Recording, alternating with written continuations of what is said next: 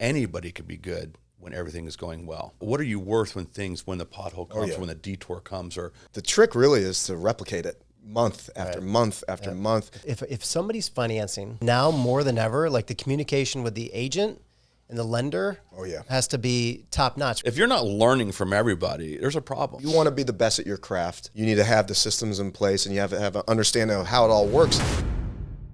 And I think the paradigm switches. Before, I think a lot of real estate consumers will look at their realtors as, look, I'm an order taker. I think most people's experiences with realtors a lot of time is like, listen, I want to get that house, I want to pay this price, and this, you're going to do it for me. We flip it. We are the arbiters of the information. We are the ones that are providing guidance, right? And I think when you have the systems and you have people like Ryan that make you look good because they have systems, you go from very on accident to very on purpose. And I think that's where a good agent goes from the good level, making, a good living, providing for their family, maybe saving something for college, to a great level where somebody says, you know what, that's a professional. Another agent says, I want to be like him or her because of the way they do it and what they're achieving. So systems, intentionality. I love it. Are we rolling? Yeah. Cool. Oh, we're already into it. Well, with that said, just wanted to, welcome. We'll start intro, because that's what we're doing now. As we actually starting now. Yeah, we're already like halfway through the podcast. Where do we just organically looking at each other? That's the best way to start anyhow. But hey guys, we're here today with a couple friends of mine, a couple solid guys who are just crushing it in the Treasure Coast. Jason Flannery and Stephen Ngo. They both operate teams. They're both first class. They both recently joined Illustrated Properties, expanding their reach up into, deeper into Stuart with Illustrated Properties East and West. Illustrated Properties, Forbes Global Partner, awesome company. I think in times like this, you're seeing top agents migrate to companies that have great brands, system structure, tech, so they can just continue to grow. And we'll be talking about that today. And most importantly, they're both amazing husbands and fathers. Good dudes. So welcome. Hey, thanks, Ryan. So today we're going to be talking a little sales strategy. We're going to be talking about some team. We already talked about some of that stuff. We're going to talk about that whole NAR settlement. Like, what does that mean? Mortgage rates, some affordability, and we'll just dive into a few other things. So Jason, start us out. Tell me just quickly, for people who don't know you, tell me just a little bit about your business. About the business. So first and foremost, father of 3 boys, husband of a great wife, which is my foundation, right? Before I go to work every day, that's what's got to be right. Been doing this since I think it's been almost 24 years now in real estate, past, present, back in 2012, which seems so long ago, right? Like, I'm thinking, man, there's been like 12 other people after me already been president. It's 1 year, but I run a small team in downtown Stuart, like you said, recently with Illustrated Properties. So I think that was an elevation of our game as a team, and we really focus on the Treasure Coast, and then the northern part of Palm Beach is kind of our run. Nice. And how many people on your team? Right now, I think totality of everybody with staff, we have about 14 members. Cool. Nice. And what was estimated volume last year? I think last year we were just under 120 million in total volume, and I think we're at that match this year as well, as far as our tracking goes. Attaboy. Cool. Stephen, tell us a little bit about yourself. So grew up in Palm City, Florida, which is just north of here, in Martin County. Was born down in Miami. My heritage is my pop's Chinese, my mom's from the Philippines, but I just love Florida, And so started a family. Got a middle schooler now, 11-year-old boy, and my great wife Raquel. She's now in our real estate group as our managing director. Nice. So I started probably, I think it's about year 11 now. My background, I used to practice law in Miami. I was a trial lawyer, focused on medical malpractice cases and construction accidents. So after my son was born and Miami just kind of kept growing, got a little crazier, we decided to move back to Martin County, where it's just the quality of life is just it's really tough to beat. You got water everywhere, great schools. And so we decided to avail ourselves of those benefits. And, now Jake, like I mentioned, is in middle school. I started off at a family-run boutique in Sewells Point, Florida. Was there for about a decade, really learned from a lot of really great agents, had some really good guidance, a lot of local knowledge. Earlier this year, Jason and I have been longtime friends, and our professional relationship is one of, it's really great, big time collaborators. And he had made the move in January, which caught my eye, obviously, because he was over at National Brand and brought over pretty much his entire team. And I thought, if it's good for him, I'd like to at least see, which was weird because I'd never even taken a meeting in the 10 years I was at the family-run brokerage.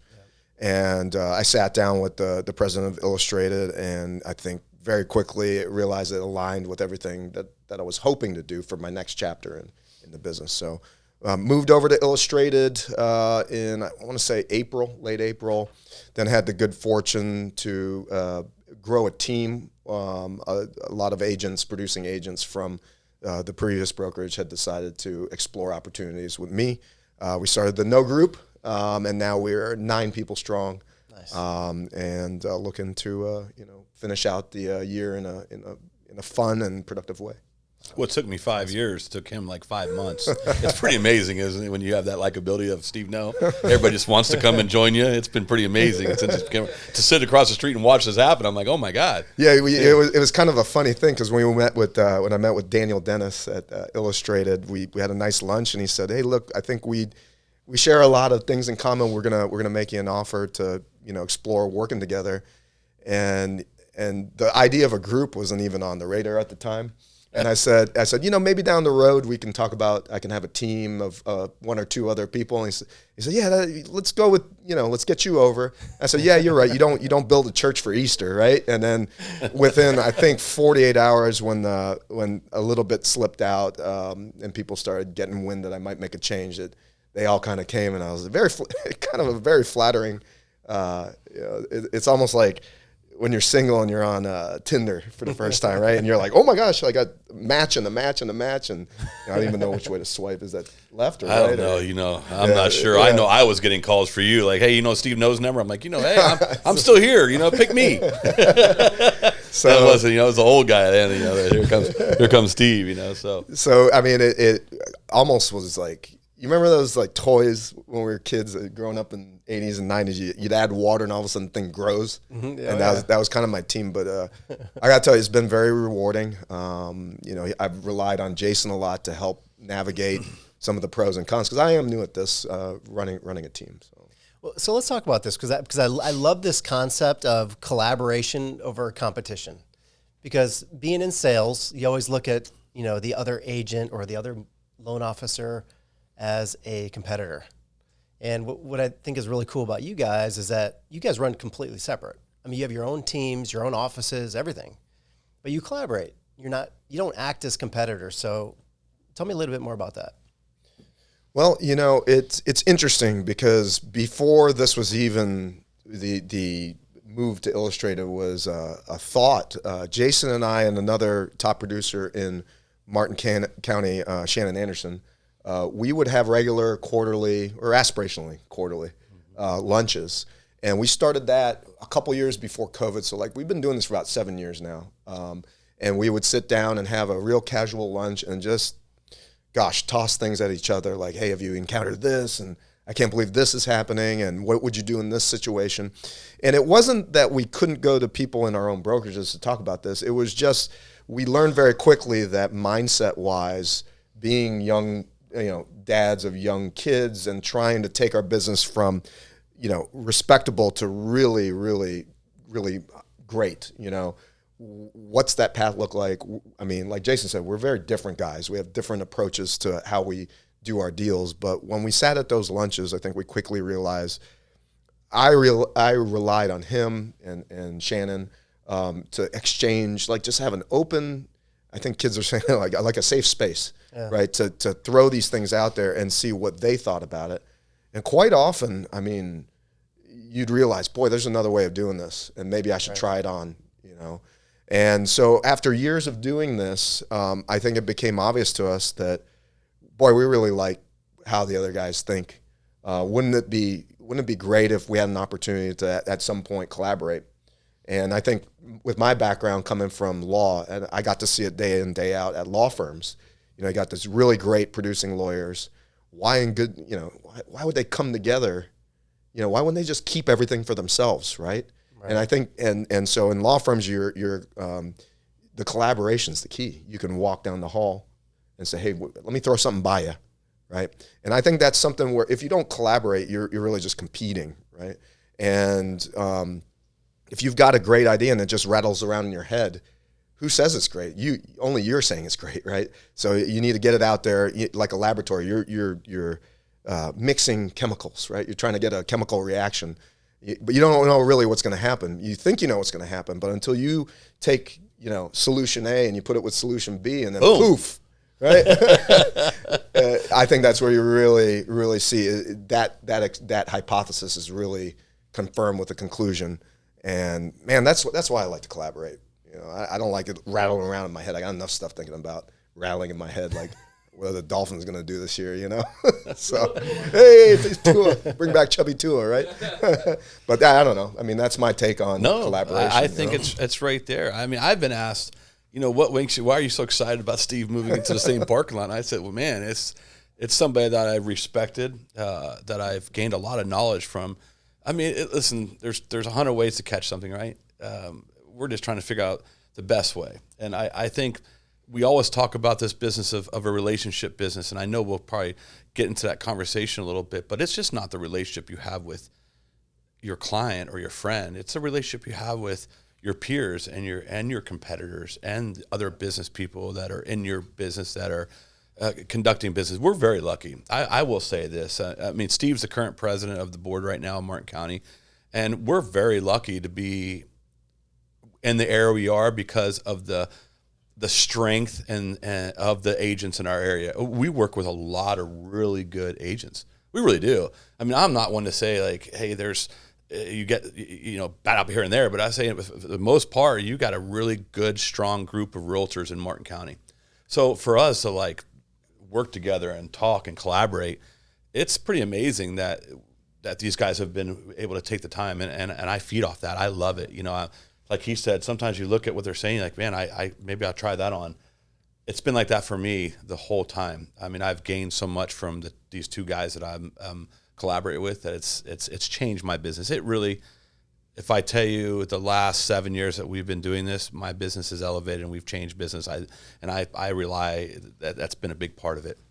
100%. You know what it is? It's like a spirit of abundance versus like a spirit of scarcity. Absolutely. You know, when you operate off of like, I'm trying to get every little deal and every little thing, and I don't want to share any of my secrets. I mean, do you think like you invented these secrets? Like, do you think you invented like whatever you're doing to generate leads, or how you're talking, or your listing presentation, or like, do you think you invented that? Like, listen, you're nothing special. Yeah. You know, it's having that spirit of like abundance, you know, that's so powerful. Something for me I took to these guys was, this was right when I started about 10 years ago. I was flying somewhere and I reached in that, you know, the back of the seat at my own peril, but I fished out this, I forget what airline it was, but the Sky magazine, right? And I'm reading through, and there was this ad out of Dallas, Texas, and it said, leaders in luxury, and it was 10 realtors, right? And what I quickly noticed was each of the 10 realtors came from 10 different brokerages. I'm like, why would they be, you know, advertising together? You know, like these people are competition. And because I think when you're in sales, especially, no matter if it's car sales or solar or real estate, exactly what you said. Sometimes you fall victim to this spirit of scarcity, right? Mm-hmm. There's only one house to sell. There's only one solar panel to sell. There's only one more Corvette in the showroom. And if I don't sell it, that guy will, and they're taking from me, right? And I quickly realized from that Leaders in Luxury ad that there's another way of doing this. And look at this, 10 people got 10 times the exposure by just acknowledging, look, we can be stronger if we come together, right? And pool our resources and acknowledge each other. It's almost like a 10-way acknowledgement that we are the people acknowledging it. Because I think for the consumer, it's really tough. You know, in Martin County, there's 700 plus. This is just small Martin County, Country Mouse, Martin County. We've got 700 plus full-time registered realtors at our association. You add in Vero Beach and Port St. Lucie and Jupiter and Juno Beach and North Palm Beach, that number swells into the 30,000, right? So I think naturally you want to be like, this is mine. And so if that's your mindset, then even more important for you to collaborate, right? Because you cannot defend if you have a scarcity mindset all by yourself. But when you think about abundance and you realize in a real estate transaction, there's really two sides.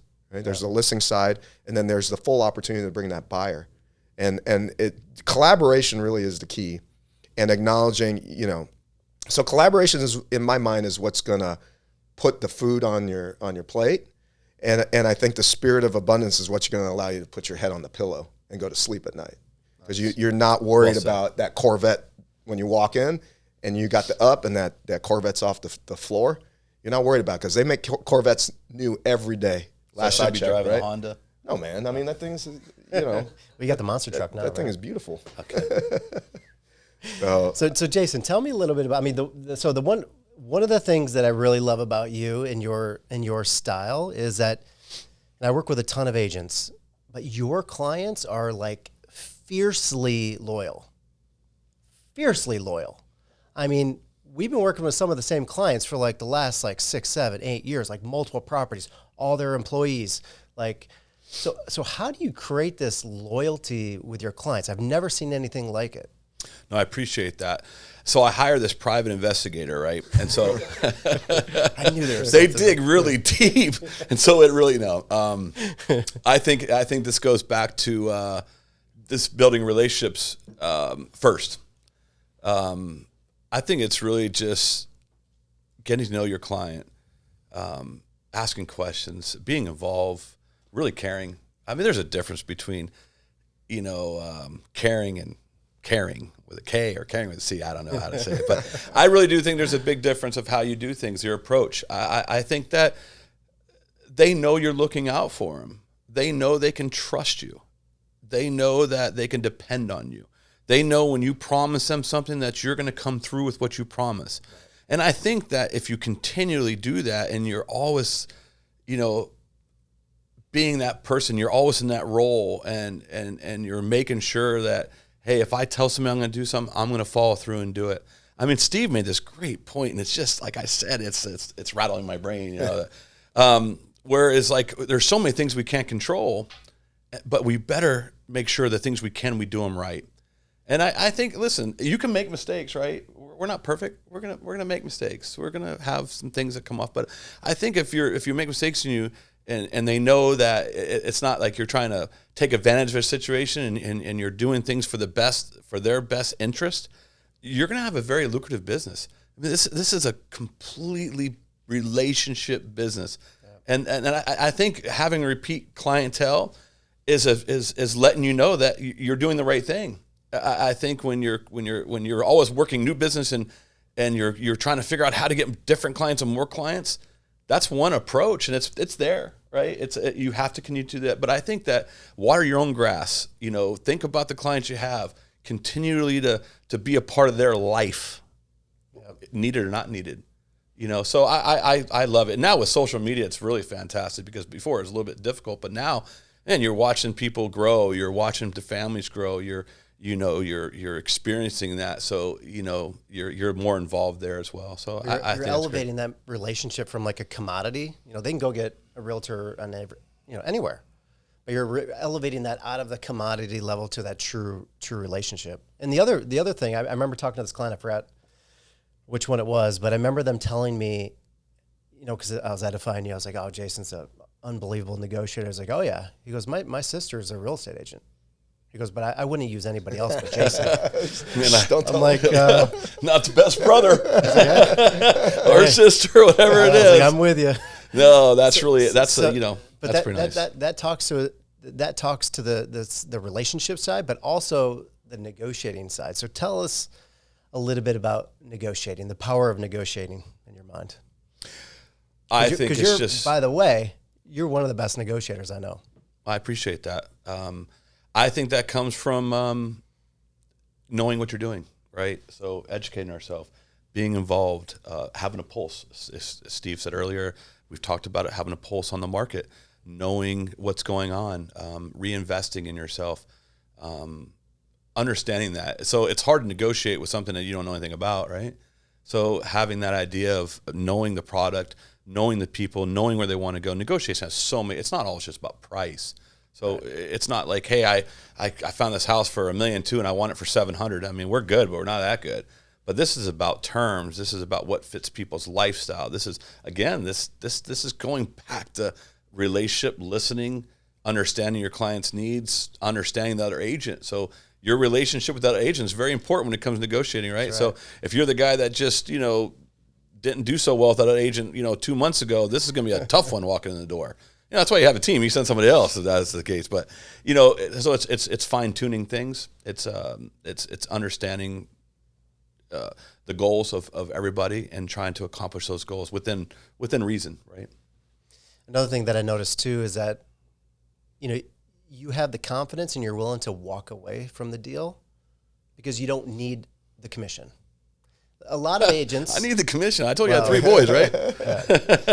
But, a lot of agents and people in our business, like maybe they're having a tough month and they need to make the sale and they start to change their strategies around what's going on with them personally. And sometimes that can be a problem. They're not willing. They're just trying to get the sale instead of looking at putting their client's best interest first. And I've seen this time and time again where you're willing to no, the client's not interested, and you just walk away. And maybe you circle back a few days later but you have the confidence to do that. I don't know if it's confidence or a need or listen, we're all doing this because we have to make money. But I think if I'm willing to walk away, I'm walking away because I don't think it's the right thing for my client.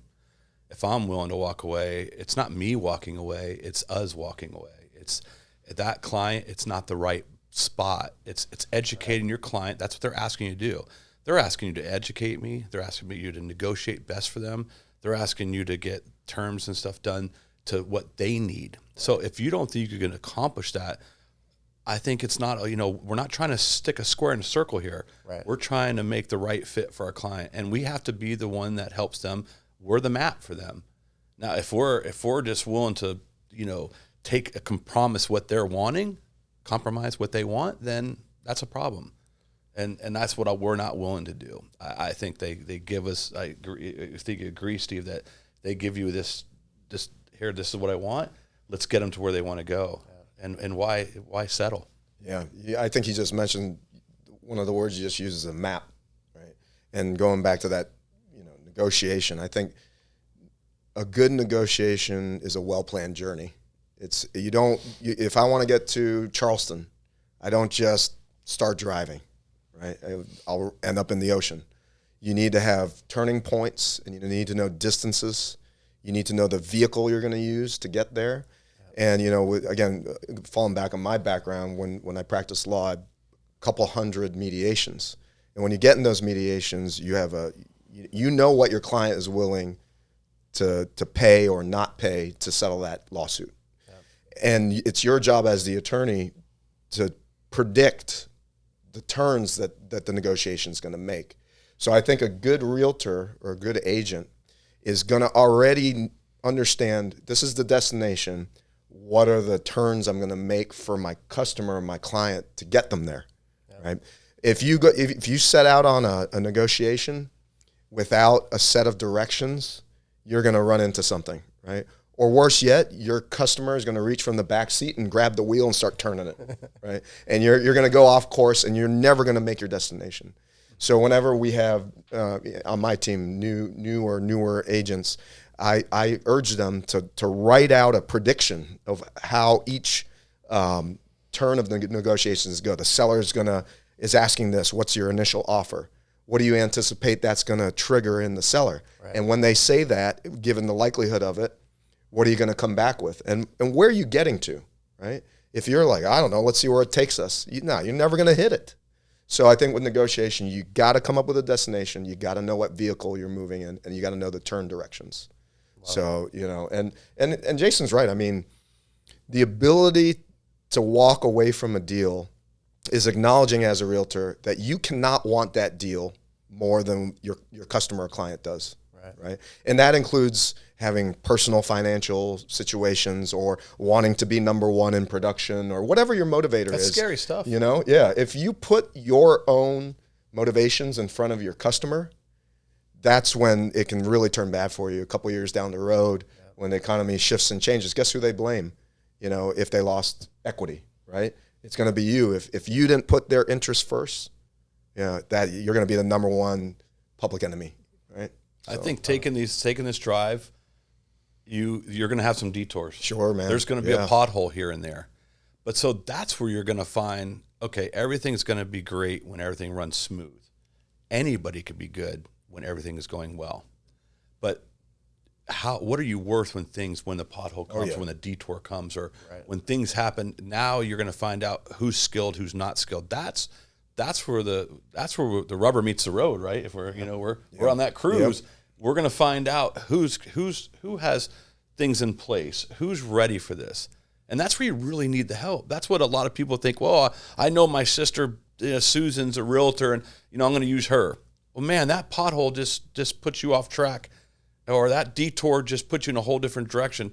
And man, this is a massive investment you're walking into, to just trust my sister's friend Betty that she's working at 3 to 9, or he's coming in after his he's working his second job and cutting a little commission. You might have saved $3-4 grand and you lost $25,000 in a negotiation. So be careful out there. Get somebody that's going to get you on that highway, get you there safest way possible. When I mean safest, best way possible. 100%. Let's switch gears into like more like sales strategy or like VIP accounts. I mean, both of you guys really have mastered this. Jason has some really big VIP accounts. Those are people that refer you, or companies or larger accounts that refer you. And then same with yourself, focus on certain industries. So talk a little bit more about that.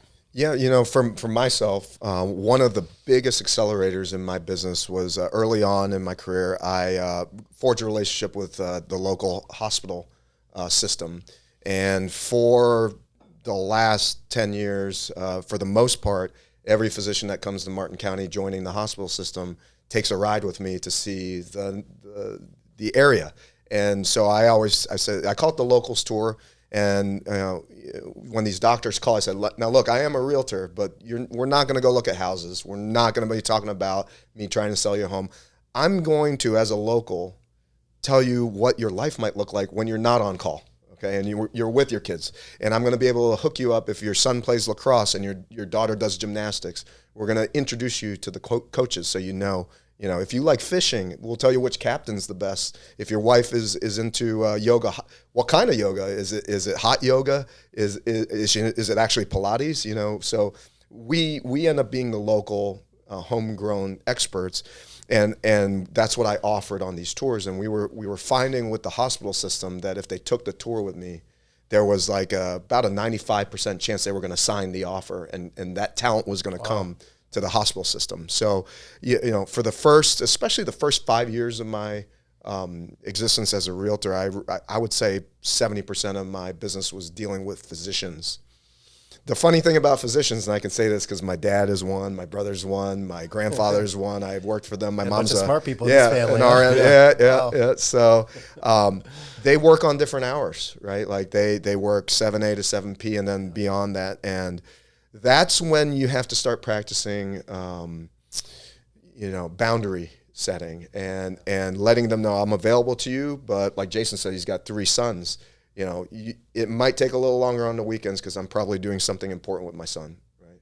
And so I think circling back, Ryan, to the VIP client, Jason will probably tell you we treat them exactly the same as we treat the people that have $150,000 townhouses or whatever it is, because if you just look at the hierarchy of needs, every person, they're probably dealing with their biggest asset, right? So what we might do differently is the reaction time it takes, because their ability to talk to us might be a little more constricted, and what they're looking for, the pool, is also very constricted. So I think constriction causes pressure, and I think when you have your systems in line and you're ready to deal with these high net worth or VIP clients or champions of your industry, as long as you have your systems in place, you'll be better prepared to deal with the constricted timeline or constricted pool of homes that they can look at or want to look at. And that's when you can really, create fans for life as an agent and champions of your business. Yeah, I think feeding off that, what Steve said, pretty intimidating, right? So if I was ever to walk in and I started doing this with Steve, a family of doctors, attorney, and I'm like, I remember our first lunch, I'm like, oh my God, this guy's amazing. How am I going to compete against this guy? So you just hope that he keeps to the doctors and leaves me the rest of the stuff out there. No, with that being said, I want to say it's systems in place. So, my favorite tagline is, why hire an agent when you can hire a team of agents? And it's not just a tagline, it's a truth. So, I want to have quality of life. I think without the quality of life, I'm not going to be as good. Without the time I have to utilize my time, and I think that's everybody, right? I think it goes to the mechanic, the AC repair guy, to the mailman, to the photographer, to everybody. We're just not as good as we should be without the quality of life that we deserve. Yeah. I think, what are we here for, right? I mean, I'm not here to work my whole life. I'm here to have some quality. But with quality time, what am I sacrificing? So early on in my career, man, I did everything. I was a photographer. I was the mail guy. I was a sign guy. I was a dig guy. I was every guy you could be. But was I really the best in those positions? So I had to start figuring out, like, where am I needed the most, and what am I the best at? Like, why not surround myself by people that are really good in these different positions, to where we can all accelerate, and we can have the client and the friend, the fan, they can the person that needs us to really benefit from this team atmosphere. So when we talk about the weekend, we just quick. Yeah, we are on the weekends. We're always working. We know that. But do we have a system in place that allows us a little more of a freedom? But it comes at a cost to us. But it's also something that's a benefit for a client. So when I say, why hire an agent and hire a team, I can guarantee you, hands down, there's no single agent beating my team. I will say it over and over again. There is no single agent in this area or any area that is going to come close of doing what my or Steve team can do. Yeah. It's just impossible that you can tell me 10, 14 people are not going to be able to do what one person can do. It just doesn't work. You're just too busy doing things that is going to take time. We both have admins. This is an investment into a business. This isn't a job that I'm clocking in and out of. Right. We have admins. We have assistants. We have people in business that we've built relationships with. This is a part of our team. If it's not our direct team, it's our extended team that we've vetted. People don't realize how long it takes to vet a mortgage broker. I mean, I probably went through 15, 20 of them in my career to get to one that's amazing yourself. So I think photographers, I think your title companies, your attorneys, your insurance people, these are well-vetted people that we feel comfortable referring to a client to expand. So yes, I want a quality of life, but I assure you, with that, I'm gonna afford you one as well as a client. Yeah. Love it. It's interesting because luckily, I kind of joke sometimes in Martin County, we are seeing the pricing of elite properties starting to come up and starting to meet what's in Palm Beach. And I think when you're a new agent, the natural tendency is to think, gosh, I really want to do those multi-million-dollar homes. You see it on TV, the $1 million listing TV shows and things like that. And I think the new agents are saying, that's exactly what I want. But my message really is, you can do it, but you got to have the systems, and you got to take pride in your education, okay? Because and Jason will tell you probably that when we're dealing with high net worth individuals and VIP type clients, right? These where the $20 million home is the second or third home, they will sniff you out and see right through you in 2 seconds, right? So one of my favorite taglines that I try to explain to newer agents is, when you go and you meet and you have this opportunity to perhaps interview for one of these big listings with a VIP or a high net worth individual, are you coming in as a visitor, or are you coming in as a resident? Because if you're a visitor to that world, they're going to sniff you out and see right through you in 2 seconds. And so how do you become a resident? Obviously, it's really hard to have a $100 million net worth, right? Like, so there's no way, like, even for myself, I have the best years of my professional life. I'm never going to be truly a resident of that world. But I can make myself a resident of that world through education, because they're not looking to you to be a peer. They're looking to you to be a professional, right? And you can become a resident of the luxury or high net worth world by educating yourself on what these people demand of a professional, right? And normally it's knowledge and capability, and telling them the truth about what to expect and setting those expectations correctly. So, I know, if you don't know, you don't know. You don't know, you don't know, and you should say it. You should say it, Because it's going to be exposed. Then you're spinning wheels. Then you're taking time away from where you really should be. And, if I had to go back, right? Yeah. So I go back whatever time and do this.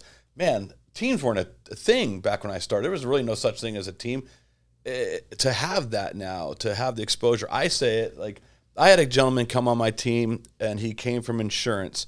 And he came in, and we watched all these other agents sit in cubicles and playing Donkey Kong or whatever they're doing. They're playing games. And I said to him, you're going to start working every deal I do, and I'm going to work you into the deal, because it's hard to start out, right? Financially, it's hard. Yeah. So let's get you going, and I'm going to give you a little percentage of what I make, but I want you on every deal. Man, talk about fast tracking. So this guy works 35 deals in his first year over somebody working 3. So his first year, or second year, when people say, man, I've been in the business 24 years, what does that really mean? Right. Does that mean you've been productive for 24 years, or you've been doing this part-time for 24 years? But I would put that guy that's came in the business and did as many deals in his 2 years, I'd put him up against a 5 to 7 year agent to say, man, your experience level for the amount of work you've done have got you there. So that's what I think Steve's thing is. Like, you're going to get sniffed out quick if you come in thinking like, hey, how long have you been in the business? There's your first question. 3 weeks. Why are you here? Yep. So I think that's all part of this process of earning where you're going and learning where you get to. Start out slower. Start out with some properties and everything's important. So I'm not saying just because something's 300,000 is not same as 13 million. But I just think that you're going to have a better learning curve by having some help and mentorship. Utilize it. Oh, yeah. 100%. It's getting the reps in. Like, I say that all the time, too, is like, for my team, in order to be a loan officer here, my preferred method is they start off on my team first as a loan partner, and then they eventually move into being a loan officer. Because, listen, if you're on my team, you're going to be taking 50 applications a month. You're going to be reviewing 50 credit reports a month. 50 sets of tax returns, 50 sets of W-2s, 50 sets of guidelines. Like, how quickly are you going to learn versus a loan officer closing 1 or 2 deals a month? Like, I'd put my loan partners against any LO, any single LO out there. I love that. Just does a couple of deals. I'd put them up because every day we're refining, studying guidelines, looking at deals, looking at scenarios, restructuring. And I think, Ryan, beyond, we can see that. I mean, we can call your office and we can tell there's a difference. That's why we're here. That's why we refer you. I mean, there's a difference doing business with you than doing business with somebody out of Iowa that you have no idea who they are. They don't have a team. That's true. And I think part of it is when you're on a great producing team and you do have the mentorship, the trick really is to replicate it month after month after month. Consistency. And I think that's what we as realtors and sales agents don't do very well, because you can have a really great month, and then now your bank account is looking semi-healthy, and then now you're putting money out and enjoying the lifestyle, and you should reward yourself. But the trick, I think, to longevity is replicating it year after year, and that's where this is not a sprint. If you want to replicate it, you've got to train for this, like you were saying, right? I remember a couple of years back, there was a brand new agent. I thought he over time was going to be a very good agent, and the gold standard was if you sold $1 million a month. That was pretty good. So, where I was working, you'd get an award for selling $1 million, and a key. Yeah, a key. It was a key. Yeah, and so this guy comes up to me and says, "Hey, Steve, I'm coming for you." And I go, "I'm glad you are." I got my first key. I go, I'm coming for you. I go, "All right, now do it 57 more months in a row." And he said, "What?" I go, "Yeah, I'm working on my 57th in a row." Okay, and his eyes got wide, and he turned on his boot, and he walked right out. He did do it, a few months in a row, but after, we all need a break every once in a while. But that's the thing. If I had this great mentor, a guy named Leon Aboud, and he saw me coming a mile away, right? And he mentored me, and I got some early success on it, and I couldn't have done it without him, to be honest with you. And I think I nailed my first $1 million list. I said, hey, Leon, I got my first $1 million listing. And he said, if you're shooting for Superman, you better bring your kryptonite, And he started laughing. He goes, oh, look, kid, I'm proud of you. And I think that's what it takes, is somebody looked up to. And I think that's why, I'll say it to him to his face. That's kind of why I joined Illustrated, because I look up to him and I watch what he does and did. And I really kind of wanted to learn from him.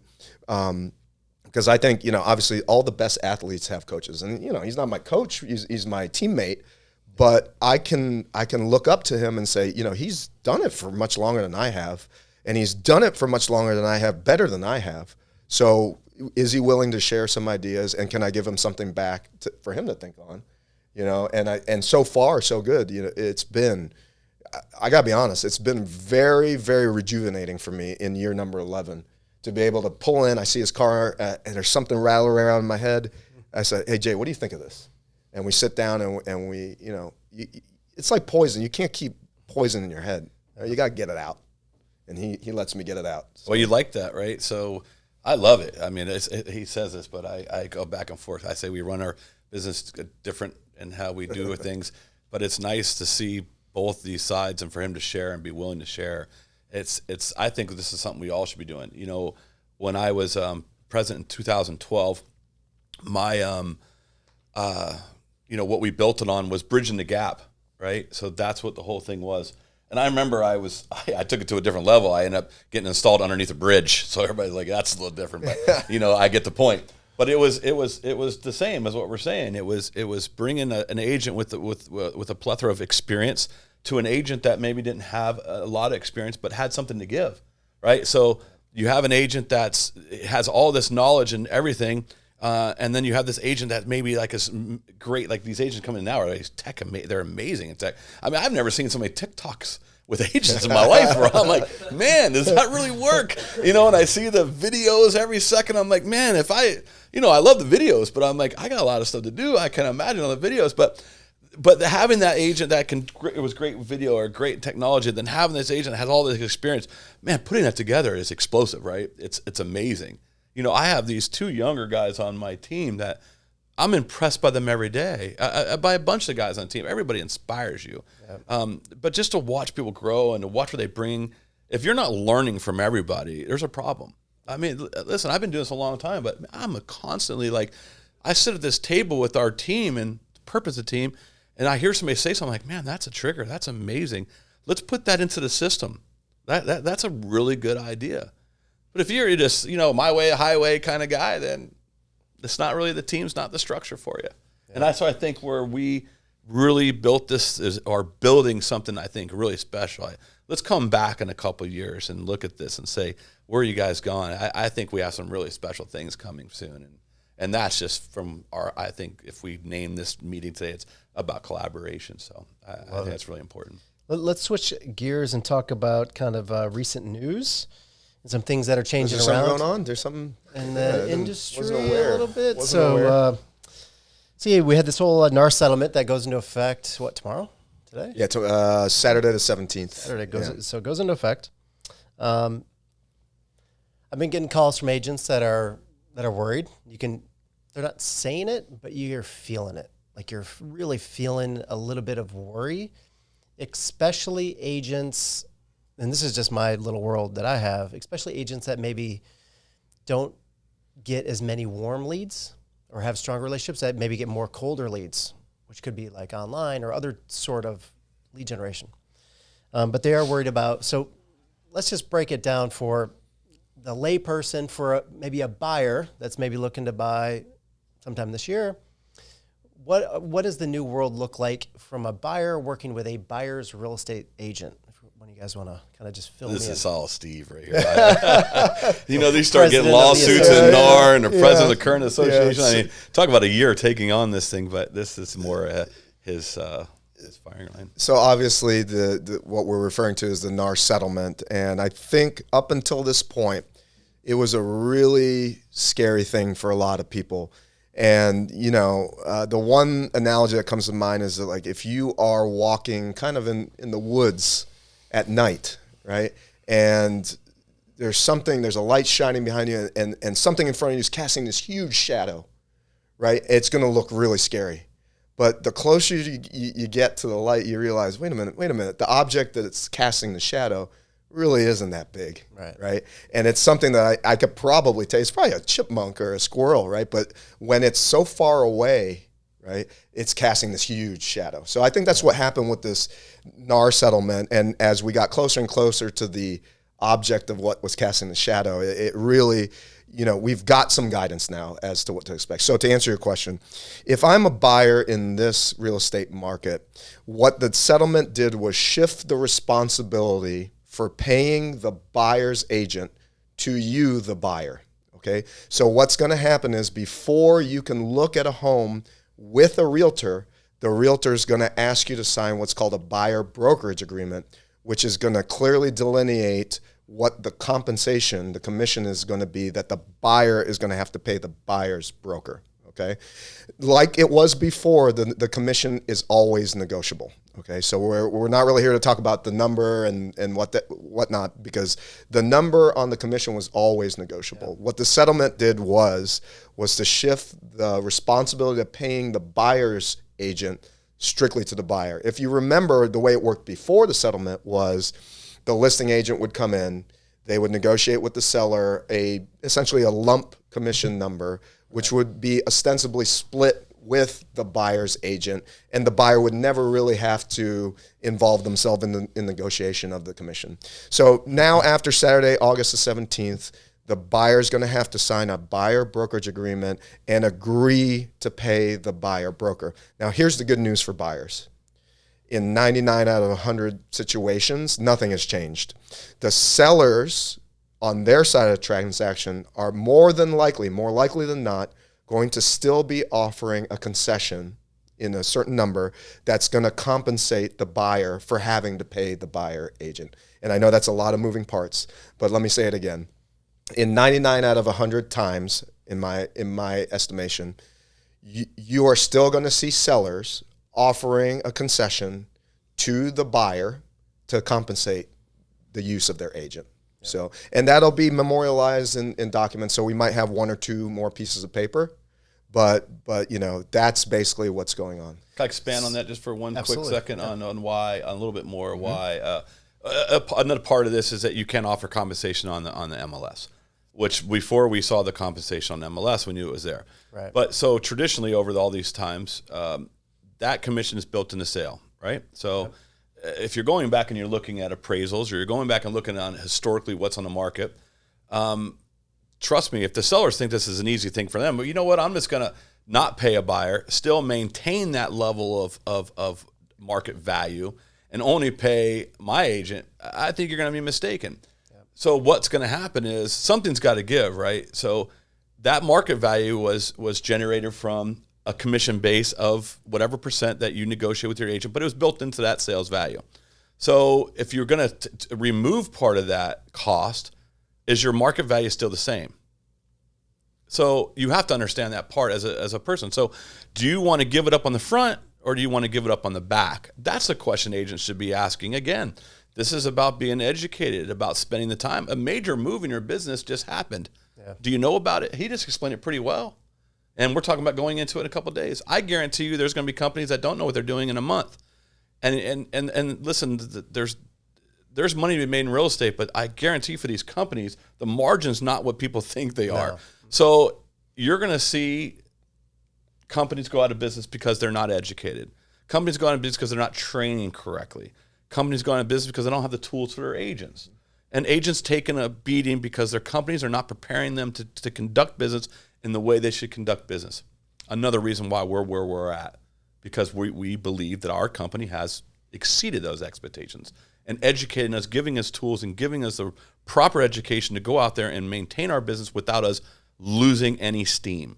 Trust me, if I lose a month, I'm losing 90 days in pay. Yep. So everything I do today is for a closing date 30 to 60 days on the road. So if I'm losing today a month of learn, I am going to cost me 90 days of pay. I don't know, maybe everybody can't afford 90 days without getting paid. There's where we start saying, and Steve's been saying this for 6 months or a year, we're going to watch really good agents leave the business because they're not prepared for what's going on. It's business as usual. You just have to understand how to show your worth and educate sellers and buyers on what's really happening. Right. So really a quick thing was your value is assessed on the value that's been there based on what you've been paying over the years. So market value will change.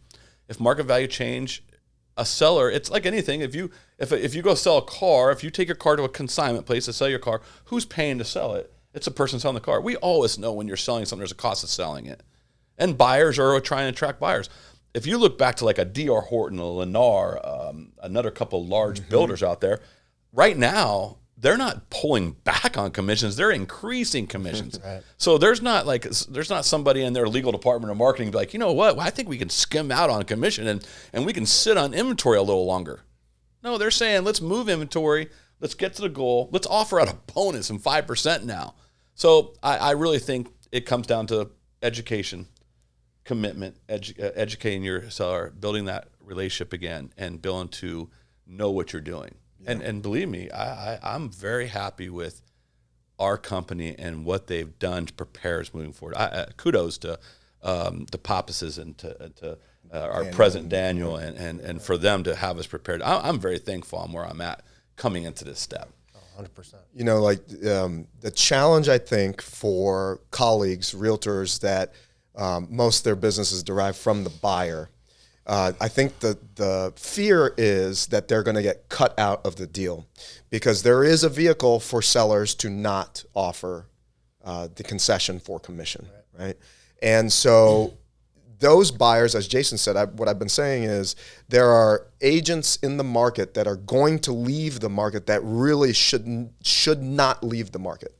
They should not leave the market, but for the fact that they should have gotten some help in explaining what the changes were and how to demonstrate their value as a buyer's agent.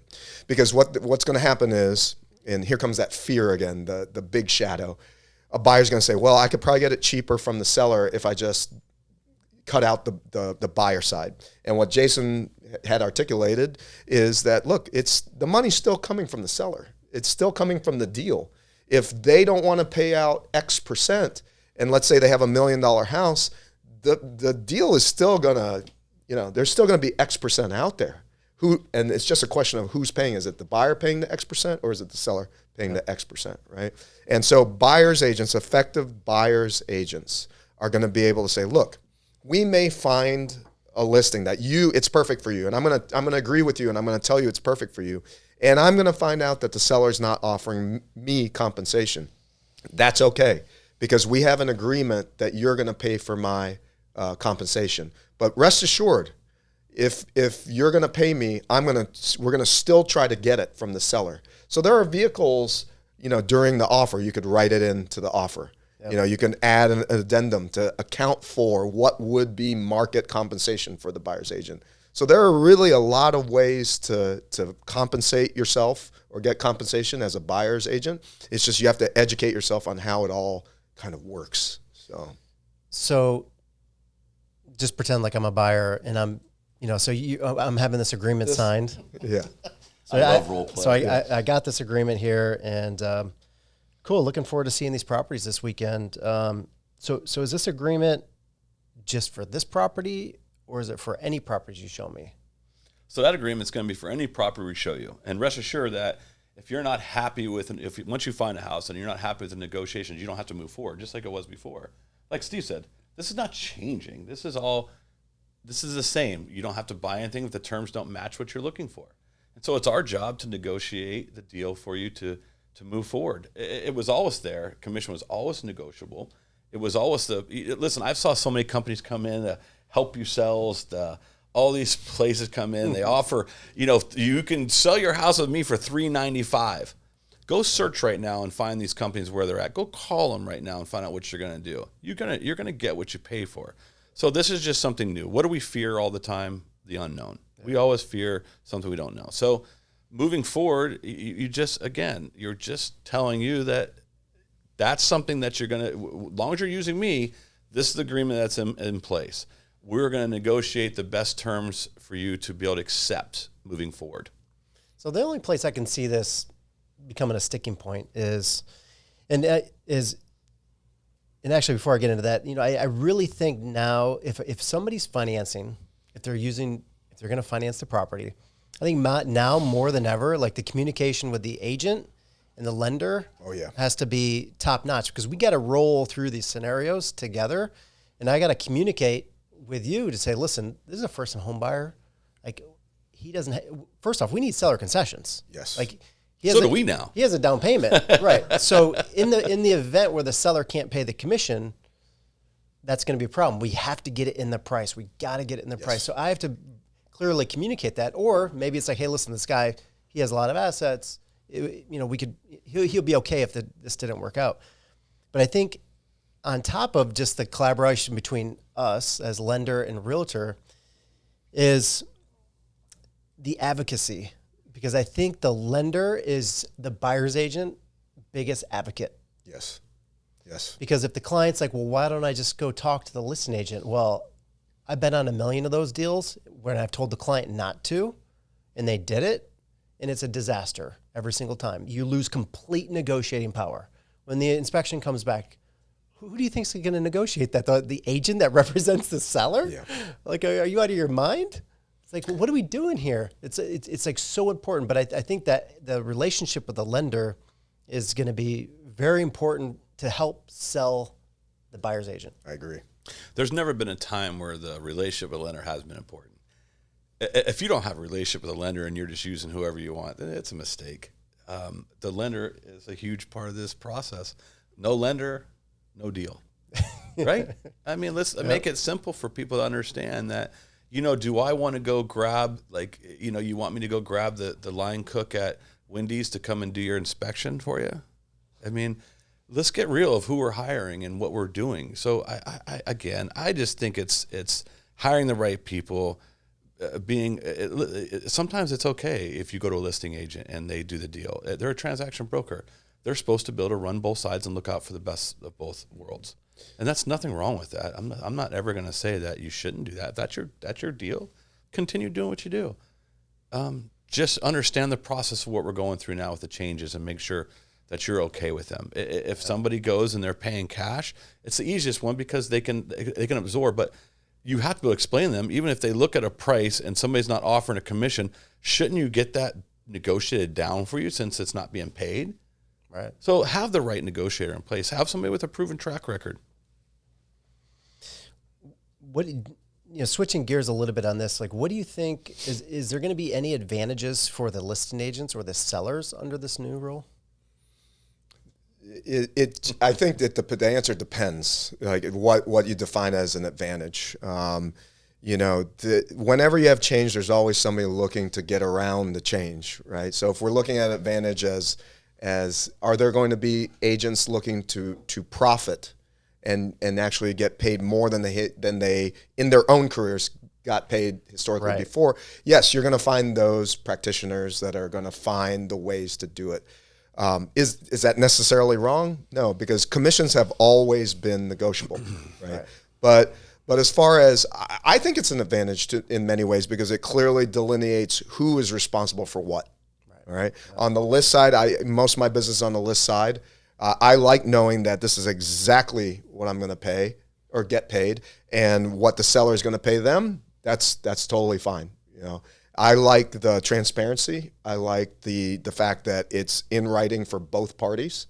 And you know, that's an advantage. Is it going to be more profitable? I don't necessarily know, but there will be there will be people looking for loopholes and workarounds and ways to profit off of this. So, and then there's some, Jason and I have talked a lot about this. There's some gray area as well, and I think that's maybe where people are going to wade into some troubled waters.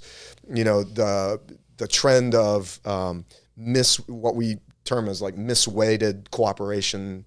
Let's say the commission is X, and instead of splitting it right in half, we're going to offer the buyer's agent a little bit less than what we would be making. Right. There's nothing wrong with that. It's, again, negotiation, but are we going to see a bigger disparity between listing agents and buyer's agents as far as instead of splitting the baby in the middle, is the weight more on the listing agent and less over to the buyer? I think we're going to have to practice and see it play out, to see if that's actually going to be something that's going to occur in our marketplace. I'm sure some people will do that.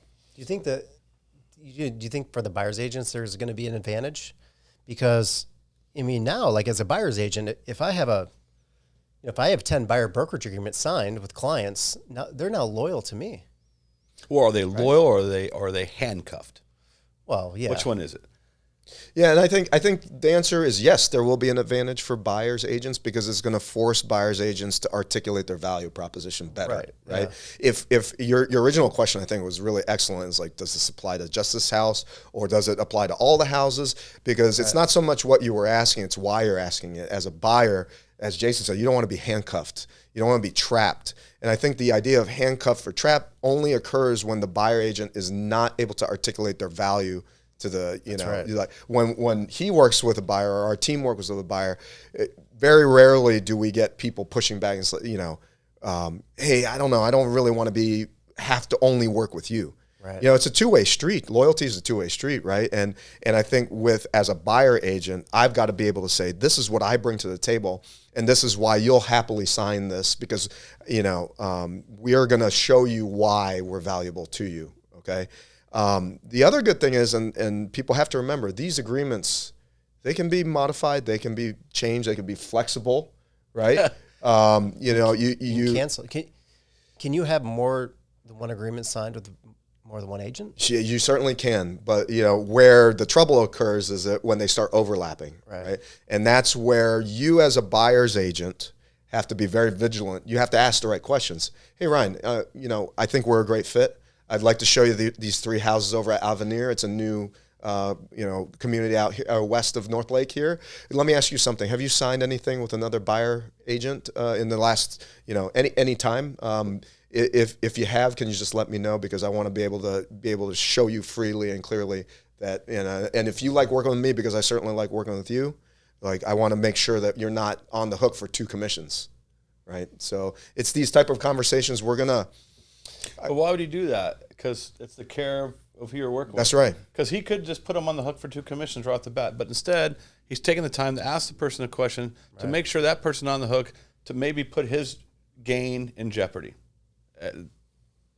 Perfect example of what we're talking about. If you're not asking questions, if you're not doing it, it's not because you're not asking questions because it's all about you. Yeah. You're asking questions because that was an example of about the client. Yeah. So I think that's, so we've had this in listings forever. There was a cancellation. There's a cancellation fee and there's no cancellation fee, right? It's written in. It's something we add. It's blank when we start, or for most companies, it's blank when you start. So I always said it to people my entire career. I said, I want to have a relationship to where we both want to work with each other. Man, it's very bad to be in a relationship. Somebody doesn't want to be in a relationship with you. That's a terrible relationship. That's going to drain me. And I'm going to probably hurt me dealing with 3 other people because I'm going to be dealing with you a lot. So for me, it's I want to be in a relationship where I love working with you and you love working with me. If not, then we need to find people that we are. So there's not always a fit. I'm saying in 20-some years, I've had some clients that I didn't want to work with and they didn't want to work with me. And that's okay. But this same buyer's agreement should have an out, a protective out. I'm not saying if I go show you a property and I spend all the time and I go through all this stuff with you, and then you find like, hey, let me just cut him out of this and go right to the agent. There's going to be some contractual issues there. But as far as like if I haven't shown you anything and you went and found something your own, I haven't earned that, or I haven't shown you my value. So by all means, it's like before. I might have had a client that I've showed 6 months and 30 houses to, And then they call me up on a weekend, man, I got good news and bad news. Well, tell me the bad first. I bought a house. What's the good news? I bought a house. But I went and found a for sale owner. Hey, good for you. You know what? I think that's awesome. That's the right move for you and your family. I wish you guys the best. In the future, if you know anybody else looking to buy or sell, please let them know that I'm here to help. And if I can do anything for you guys and steer you in the right direction or give you an inspector or give you a mortgage broker, hey, let me know. And again, this is about them. It's a move. Yeah. It's the right move. And I think at the end of the day, this is no different than what it was before. If you want to be the best at your craft, you need to have the systems in place, and you have to have an understanding of how it all works. And I think the final component is like you have to be confident enough to ask the questions, right? Like I think too many times in our industry we get buyers agents who meet their buyer for the first time in the driveway. Yep. Right as they're, hi, I'm Steve. I know we talked over a text, and let's go see this $1 million house. Right? You're gonna trust me to sell you $1 million house right in the driveway for the first time, and it's gonna be no different than this. You never wrote any contracts in your trunk? Oh man, yeah, text. We don't do that anymore. Yeah, right? We got document. That's right.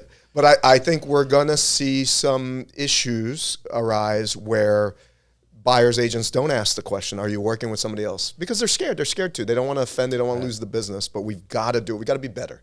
We've got to be better as a profession. And I think this is actually going to help us do that. Yeah, I think at the end of the day, when we look back at this, it's probably going to be a good thing. Yeah. And people get used to it. And, listen, it's going to be status quo. It's going to be status quo on the commissions for the most part, like you said, 99% of the time. And listen, if in the case where the seller's not paying, there's no way we're going to appraise out. So take a $500,000 house. If there's no way, there's no comp that's going to go above $500,000. So we can't roll it into the price. Seller's not paying. There's multiple offers. We have two options. Either you roll it into the loan, have some loan product that you roll it into, which we have, or you have to pay it cash. You have to figure out a way to do it. And those are really the options. Yeah. But as long as we're very clear with clients up front and they understand the process, it's going to be the new norm. It's interesting, Ryan. I've only been doing this 11 years, but in talking to people who've been doing a lot longer, there have always been perceived threats to the profession of the realtor, right? Back in the early 2000s, there was, hey, you're going to be replaced with computers, right? You're gonna, search engines and things like that. There's not going to be realtors anymore. That wasn't true. Then there was the economic downturn, right? Like, houses aren't going to sell anymore. There are going to be no more realtors. Well, people still needed to buy and people still needed to sell. Yep. Most recently, COVID, right? Things were popping so hot and buyers, I don't need a realtor, until they got into the deal and they started saying, what do I do next? I got the dang thing now. What do I do with it, right? And this is just another iteration of when we think our profession is being assailed, it's actually the reverse. It's an opportunity for our profession to shine. Yeah. And I think the professionals in the profession are going to lead the way, and that's kind of why, not to be a fanboy, but I'm so glad to be at Illustrated. We've been ahead of this thing. We've held expos. There's 700 plus agents just in Illustrated, add another, 1,200 for Kai's. And all of the agents have been educated to the max. We've been given a document suite of the documents we should consider using when we're writing contracts. Yep. We've been given FAQs on how to answer these sort of questions when they do come up, because they're valid questions. So kind of to bring full circle to our conversation, I think the way our profession is going is, and I think our owner, Mike Pappas, says this, you got to be either really small, like a SEAL Team 6, like a small strike team of really, really professional agents, or you got to be really big, because you got to be able, as a brokerage, to give the agents resources and training. And I think the stuff in the middle, unless you're really intent on having intention, yep, you're gonna suffer. And if you again, we've been talking about collaboration, but if this is a competition, it's going to be harder and harder and harder to compete against the really small tactical strike force of pros and the bigger brokerages that have the resources to educate their agents to the right way of doing things. So, yep. And for those agents out there that are questioning this, I would tell you this: the market's always changing. The dynamics are always different. Every market's hard. In 2000, the market was tough. We had a strike, and then we had a lot of inventory sitting out there. So, working with sellers for a long period of time to ensure that we're getting to the right price point, trying to figure that out was very difficult. And then the COVID, that was a craziest market I've ever been in my time.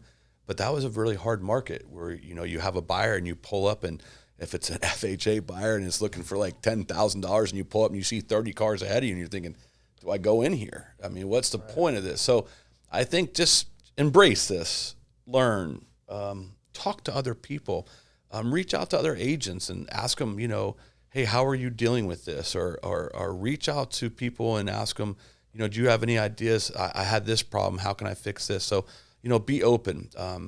For the people that aren't getting company support, find a company that's going to support you. I'll make this real simple. If you're in a company and you're not getting the backing, you're not getting the training, and you're not getting what you need, the tools to move along, find a new company because you're going to fail. I can promise you that. And then when you get in a position where you need to be backed up because you have an agreement and you don't have the resources to get backed up, you're doing this for nothing. So get ahead of this. Be proactive. Look what's out there. If there's a time to shift, it's now. Love it. Well, let's shift gears a little bit and let's talk a little bit. There was a Wall Street Journal article talking about the housing affordability index, which I thought was pretty insane. But it shows whether a typical family earns enough to qualify for a mortgage based on a median priced home. This is like a nationwide average. But it's literally fallen off the cliff over the last year. And so we're at the lowest level of affordability since 1985. That was when rates were probably 13, 14%. What are you guys seeing in the market as far as affordability, like in Martin County, Treasure Coast? This one is a tough one because of what happened, I think, as Jason had mentioned in the COVID era, where I think we had just recovered from the 2008, 2010, right?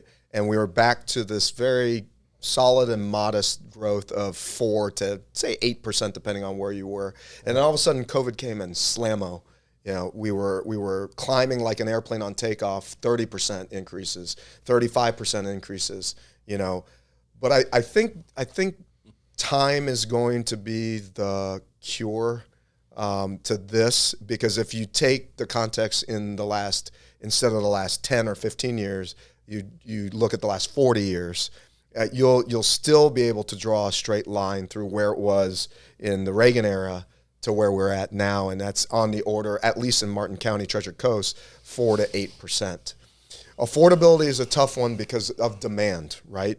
Yep. And as long as the Treasure Coast, North Palm Beach, Jupiter remains in demand, my honest answer is it's going to be very difficult for us to service the most important aspects of our population, which is first-time home buyers, first responders, teachers, people at the median income level now trying to compete with a ever-rising median average price of home. So unfortunately, this is one of those things, Jay, I'm going to say I don't have the answer, but what it takes is having discussions like this, not just in our industry, but also from the people who serve us in government, from private real estate owners. It's going to have to be cooperation and acknowledgement. And I think we're at the acknowledgement stage right now. And once we can go from the acknowledgement stage to cooperation, then we can define the solutions that are going to, kind of carry us into true affordability, right? And that's not to confuse low income with affordability, because I think sometimes people, confuse that. But it'd be nice if some of these builders actually built affordable housing, because it's like all the builders want to build luxury or 800 to 1.5 million. And what's interesting now is a lot of those developments, the homes are sitting. And that might be the natural cure, Right. as supply increases. I mean, I guess it's not to be simplistic, but as supply increases and demand starts to cool, or the supply meets the demand, we'll see some correction in the pricing for that product. Now, what's going to be interesting is the demand for waterfront, the demand for well-made homes, luxury homes. Yeah. Jay, I don't see it cooling anytime soon in the Treasure Coast. We may not be climbing at the rate of 30%, but we're going to see one trend line with affordable housing, another trend line with luxury, I believe, in the Treasure Coast. So That's my next question. What do you think about, unless you have anything else to add on affordability, what are you seeing in the luxury space? No, I think luxury is in our area. It's all relative where you're at in the area, right? So where we're located in the Treasure Coast, we have a lot of things working in the favor of the Treasure Coast. And I honestly, and I've been saying this for a long time, I think we've been undervalued for a very long time. I think the Treasure Coast was a great little secret. It's not a secret anymore. We just had something come out. We were like the number one coastal, the New York News or something like this. I could look it up, but just came out. It was the number one coastal town in America. I mean, the cat's out the bag as far as when it comes to Martin County. And I would love to live on Jupiter Island. That'd be a great place for me. I like to walk from my house and go out to the beach and take my boat in the river. I'd really love that, but I can't afford that. And that's just life, right? So I think we were undervalued for a very long time. And now the value has caught up to probably what we're worth. There's other areas. There is other areas in our surrounding territories that you can find more affordable housing, which is where it's at. I think the climb happened rapidly through COVID, and a lot of places did. But like Steve said, time heals, right? So over time, the market shifts, the market corrects. It always has. So in 2005, or I won't say five, I might be off a little bit, but 2000 to 2006, the market was on fire here. It was really low price. It was like everybody wanted to move to Florida because you could buy this beautiful home for $150,000, and then up in New York, that house was 1.2. So there's such a big gap in that time frame in the early 2000s that we had to grow, right? So we grew, and then in 2009 or 8 or whenever that time frame, the market changed. It became more of a buyer's market, and the seller's market sat. By the sit, it's supply and demand. So let's keep it simple. Why make this so difficult? I mean, we make it difficult, and everybody's so confused. Supply and demand, it's very simple. The less supply, the more prices rise. The more supply that's out there, the more the prices start to come down, or they start to make it more affordable. That's what we're seeing right now. If you look at the market right now, our supply has grown. It's become a little bit easier for buyers to negotiate. I mean, you weren't negotiating before. You were talking about, my conversation with buyers and like 2 years ago was saying, how much are you willing to overpay for this house? Right. Because you are going to overpay for this house. That's a simple process that let's get this out right away. If you're coming to me and you're saying, I want to buy this house in that market for 20% less, I appreciate your time, but it's just not, we can't, as much as we can negotiate, we can't get you there. So I do think time will help us. It always does. This market's been correcting itself before us. It's going to correct us after. Yep. If we don't have buyers and houses sit, people can't afford to sit. And then builders help dictate the market for your resale market. Yeah, it's the supply issue is very interesting because the latest numbers we have in Martin County is that year over year, from June was the last numbers, June of 24 versus June of 23, inventory is raised by 55%. And I think the knee-jerk reaction is, oh my gosh, it's flooded with inventory. Right. But if you look at it over time, we're still sitting at, we're at, even with 700 single-family units, we're still missing about 500 units to make us a true balanced market. Right. So I think, going back to your question of the affordable housing situation, as time moves along, I think, and the supply of homes has come to maturity, right? They were building a little behind the COVID demand, right? And those are becoming available to people who need these homes. We will start to see more negotiations, more incentives, more raises in commission actually for buyers agents from these builders that now have the sitting inventory. And, I think unfortunately, it's a sit tight situation, but it does require for the future, if Martin County remains highly in demand, which we think it will be, for the affordable segment, we need to have cooperation with the private landowners, the private building owners, the local governments, and we got to have these conversations that we're having today. Another piece of the affordability is mortgage rates. Sure. So, a huge part, insurance and mortgage. We have a lot of factors. Mortgage rates just started coming down. Yeah. So we just broke 7. Now we're kind of in the mid 6s. A lot of the analysts are thinking we're going to get into the 5s next year. So as rates come down, and I know I have these conversations every day, and there's a lot of people sitting in their houses right now with a 299 mortgage or 2.5 or a 3.5. And they're like, listen, we would really like to move. We would like the better school district. We'd like a bigger house, a pool on the water, whatever. But I just can't get rid of a 2.5 and go to a 7. I just can't do it. So as rates start coming down, so let's just say rates come into the mid 5s, and maybe you can pay some points and get it into the 4s. And now you're bridging that gap. You're not that far off.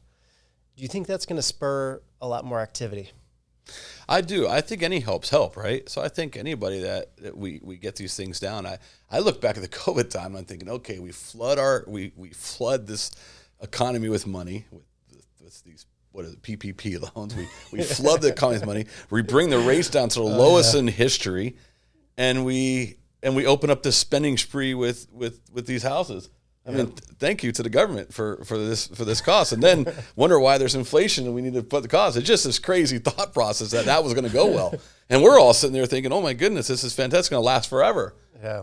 Again, it's just now it's a correction. It's not only a correction with the housing market; it's a correction with how mortgage is setting up. It's forcing everything to kind of sit. It's forcing people to negotiate more.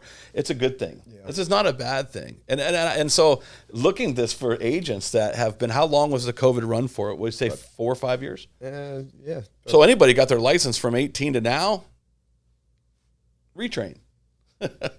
Because you really were, it was a hard market in that aspect, but you had a lot more flexibility and a lot more clients, and we were in such a great spot for that. I mean, who wasn't moving to Florida at one point? Oh, yeah. I mean, I've never met so many people from California in my life, and all of a sudden, here they come. I got a lot of Jersey I had Connecticut and Jersey my whole entire life, and New York and that Eastern, but the West was different for us, right? I mean, we weren't getting that.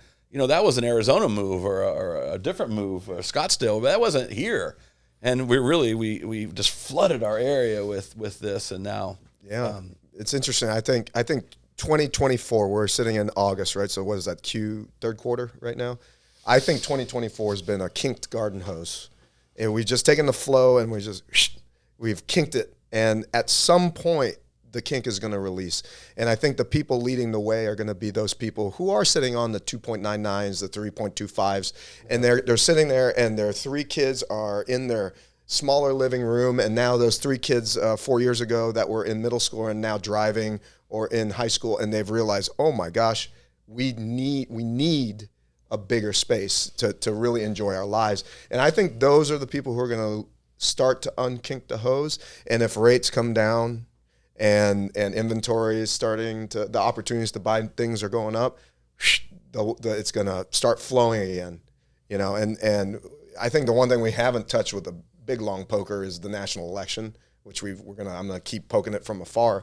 But either way you slice it, I think my take is whether it's the conservatives with Mr. Trump that wins, I think we as Martin County Realtors think that will stimulate growth, or it's Miss Harris that wins.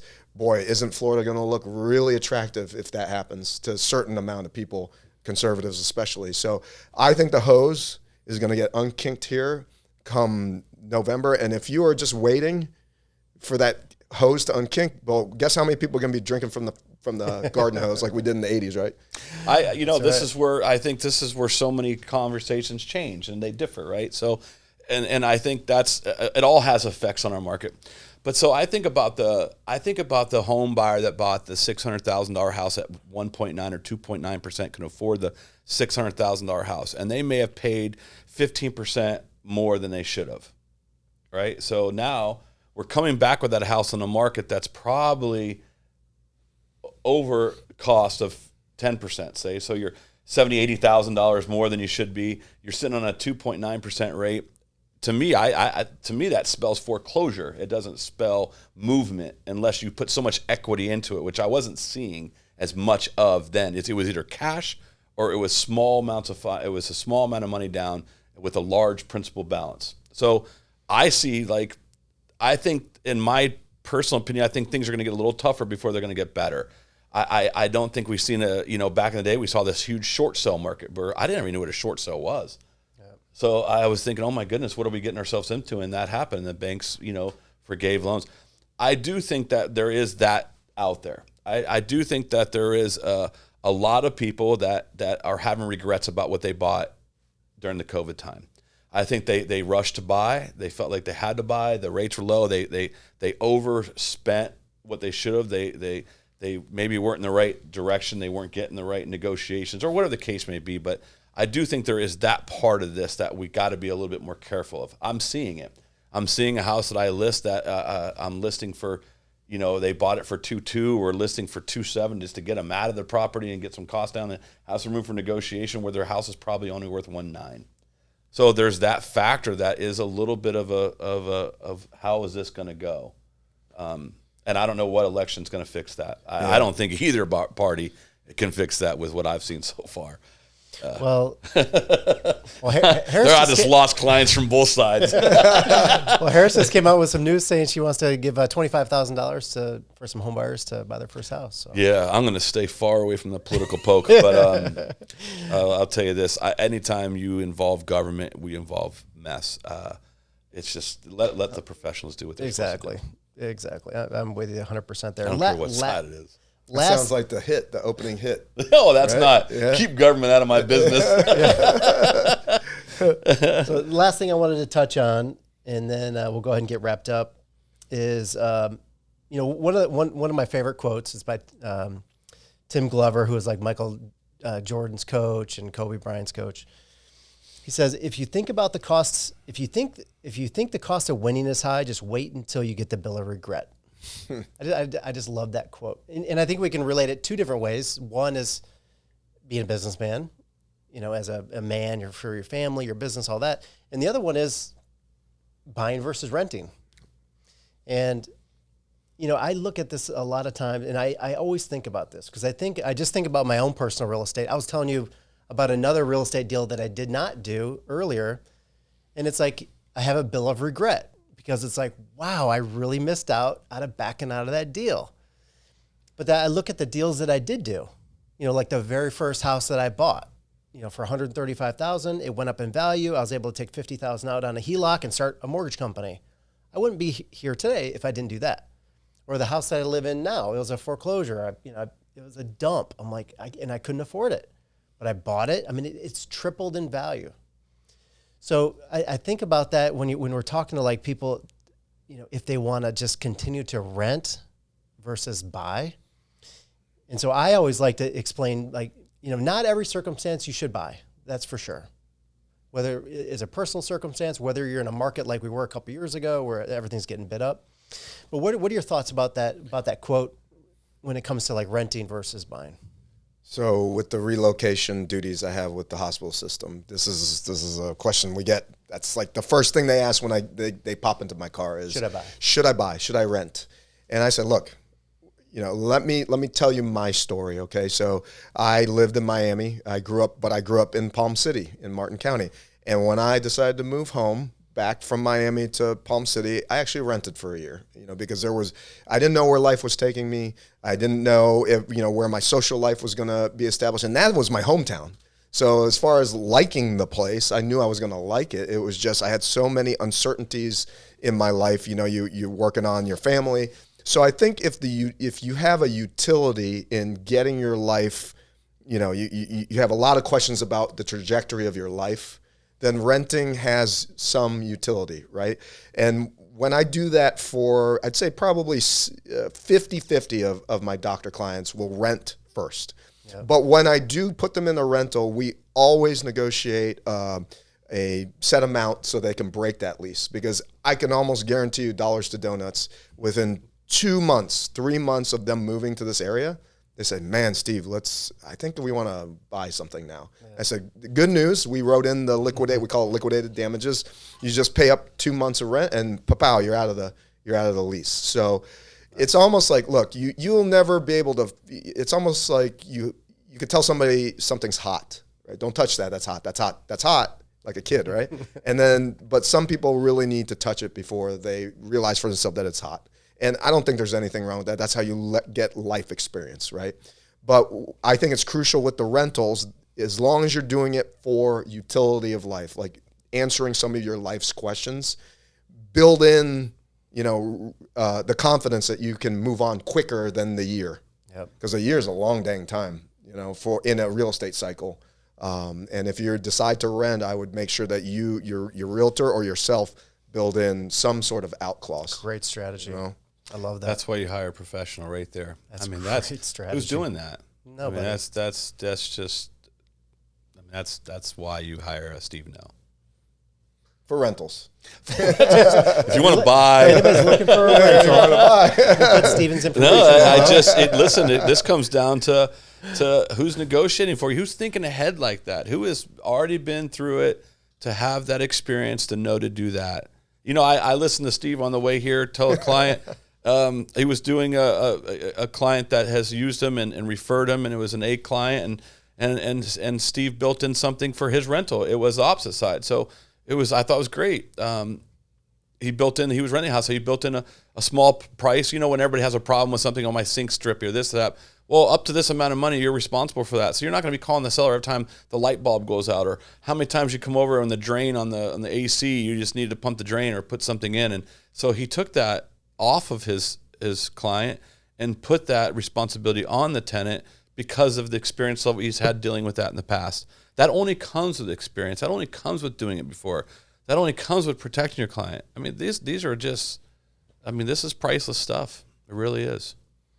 Man, we could go all day probably, but I want to finish up with just a couple rapid fire questions. Oh, I love rapid fire. And then this is where I get in trouble. Yeah. Hold on, rapid fire. Let me move that away. Trump or Harris? I knew you were going to say that. You're not getting me in those ones. I got too many people I love on both aisles. All right. Favorite outdoor activity in the Treasure Coast? Golf. And that's 1A would be everything else, and I love boating, fishing, and shooting sports, but golf right now. I do marathons. Why do you guys laugh? No, same. Fish, golf, all these things. Why we live where we live, right? Yeah.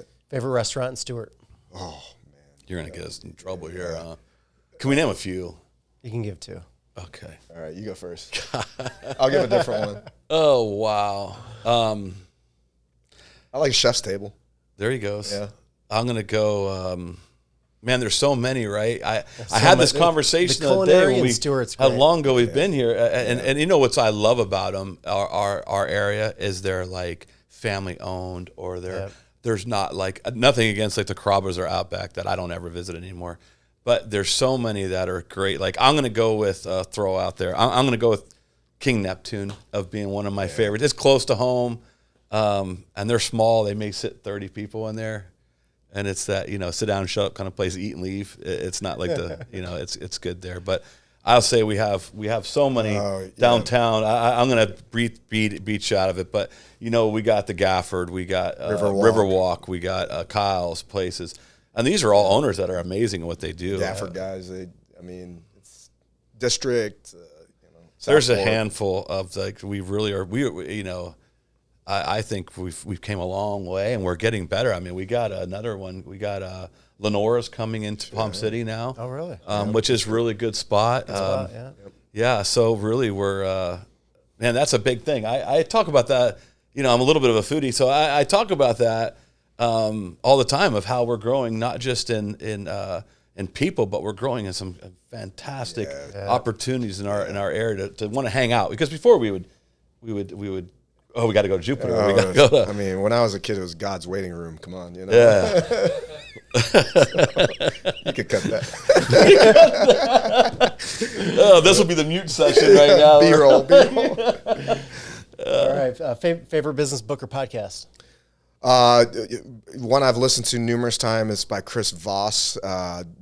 I think it's called "Don't Split the Difference" or "Never Split the Difference." He was a hostage negotiator. Yep.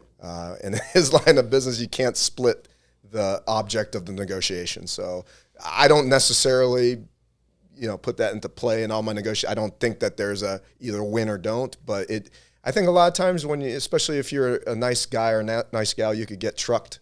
And you got to remember, you don't always have to split the baby for your client's interests. So Solid. Yeah, I just think like The Art of Negotiation. There's so many great books out there for us to Don't Move the Cheese, or whether they got a Rich Dad Poor Dad. There's a lot of great ones I've been listening to a lot. Classics.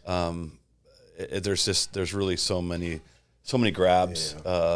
Who Moved My Cheese is really what we're dealing with right now, because like everything's constantly changing and evolving. You either adapt or you're left by the wayside. I mean, I think we are incredible at adapting, and in general, people. All right, we tend to adapt very well. It's the ones that are so afraid of this change and changes of not knowing that you worry. But I think that, you know what, you just have to like take a minute, right, and just exhale and breathe for a second and think through this process, and you don't have to react to everything so instantly. It's okay to take a little time to take things in and then react. We're so quick to react sometimes. I think that we're retracting more than we're than we should. So, Lunch with one person, dead or alive. Oh man, my father, he passed, so definitely would be with him. yeah. For me, it's my my mom's mom. She taught me how to speak Spanish, and she's just class. She was just class, and I wish I could have that back. He plays the piano and trumpet also. I mean, the guy just doesn't stop. It's this amazing. guy do? Yeah. It's that one, what's the guy what's that? Most interesting Man is No, Steve man. Ngo. There's that. I'm trying to compete with fellow Asian man, the Mr. Kim, who is he was a Navy SEAL. Then he became that guy. or he was a doctor, then a Navy SEAL, then an astronaut. Yep. So now it's like, well, why you know astronaut yet? Used to be why you know doctor. Yeah, that's pretty amazing, You can right? cut that too. There's a lot of cutting on this part. Man. Well, gentlemen, I mean, with that, this has been an absolute pleasure. I'm super grateful for both of you guys. I think, I learned a lot today. Hopefully, anybody listening learns a lot as well. But I just want to thank you for coming on here. I'm grateful for our relationship. And it's just awesome to see what you guys are doing with your team and the growth of your business and the growth of just you guys as men. Just mad respect. And thanks a lot. I want to close with you too. I would say, I really cherish our relationship as a business partner, as a friend. We met at Hope Sound Golf Club playing golf, and Ryan and I might like golf, but neither of us are great at golf. As you know, you've played with me already. But it wasn't about how good we were. It was about the fact that we got to meet. And I say Ryan has made some major changes in my life, not only as a business partner, but as a friend. And that's the people I want to be in business with. So you've been great with supporting our team, and I really appreciate all you've done for us too. Absolutely, my pleasure. Yeah. And myself, we've had the new opportunity, and I'll call it was an opportunity to work together. And I think I mentioned this to you, but so I had the buy side, and the listing agent called me to verify, all the financial information on the buyer, and he said to me, "Who's the lender?" And I said, "You might know him. It's Ryan Brown." And he says, "Oh, that's as good as gold." And, from going from his recommendation to meeting you, and then having the opportunity to work together, and then having to hear it from a stranger that it was as good as gold, gave me a lot of confidence. So, it was his cousin. Yeah, right? Yeah. Just give him a little, Yeah. So thank you, Ryan. I appreciate it. Thanks for having us. Awesome. And if you've never been out there, he has like a farm. You ever seen the farm? Oh, yeah? Can you gotta tell us come what out- you have on You got the an farm? ant farm? I gotta. What's this? We have a legit farm. It's actually, it's a Sylvester palm tree farm. Oh. So we have about 500 Sylvester palm trees that we grow and sell, but we also have a bunch of animals. So we have about 50 animals total. Alpacas, llamas, mini donkeys, ducks, little mini horse, all sorts of stuff. He sent me a video from that. Turkeys? And not backtrack Emus. that. Emus. Rheas, yep. Those are bigger than I thought they were. And just because I want to fun. hear this, if you had to have lunch or dinner with anybody you could, can you share who that is? Well, it'd be two people. One would be my grandfather, who just was a big inspiration in my life. I actually own his house now that he built in the 1940s. But I just loved him. I always loved hanging out with him. He's just an amazing person. And then second would be Dana White. I love Dana White. UFC, baby. That guy's just incredible. Like what he's done with the UFC organization, from like bankrupt to like $1 billion company. Oh, the quiet Dana, right? He doesn't really. Yeah, he's incredible. So With the Maloofs, was that them that was involved in the UFC in the beginning? Oh, that's what it was. And last, can I ask one more personal question? So I always get this I'm always off on this, and I want clarification because I want to be able to tell the story correctly. So you have this, your first life a little bit here, and your life now. I texted today, your wife looked beautiful out, your kids, your family. I know you're such a family person, which makes me love you even more how dedicated you are as a father and a husband. I know that comes first. But can you share with me your experience on your training level when you were learning how, I want to say fighting, but I don't think that's the right term. But as far as can you just give us with martial arts? That's probably why I love Dana White so much. No, it's probably is, but can you? Because I share this and I just tell everybody it's a badass cage fighter, and they're like, I don't know about that. I'm like, but can you just give me a little run on how I could? Yeah, not cage fighting, but no, I grew up wrestling from age 5 to 18. That was kind of my thing up north in Michigan. And then when it came down, I got into jiu-jitsu, and I love jiu-jitsu. I was naturally good at it. Growing up being a wrestler, you just have to, in wrestling, you don't want to be on your back. In jiu-jitsu, you want to be on your back. You want to pull guard. So it was a little bit different. But the one thing I just wasn't good at was fighting. I didn't know how to punch or kick or anything. So I ended up meeting this guy who was a professional Muay Thai fighter, and then I talked him into training me, and we started training at 5 a.m. in the morning, 3 days a week. This guy was insane. And anyway, we ended up training for a few years, and then in 2010, when the market was slow, I had a great assistant, and I was like, you know what, I'm gonna move to Thailand for 5 months and I lived in this little tiny village, no foreigners around, little tiny village, in this little Muay Thai camp in the middle of nowhere. Lived in this little village, ate the food, trained every day, about 5 hours, and at the end of the stay, they're like, okay, you're ready to fight. How long were you there? 5 months. Okay. Yeah, that was when my fight was, and then actually, the funny thing is I was gonna extend.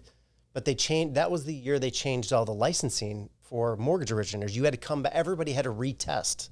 And there was no international organizations to test. And it was just at the end of the year. So I had to fly back, otherwise I'd lose my license. Mm-hmm. But anyway, they pair me up, and over there's no weight limits or anything. They just go, all right, that guy looks good. You're gonna fight this guy, this Thai guy. And I'm like, man, at the time I'm probably 175, shredded. And this guy's maybe 215, just a big boy.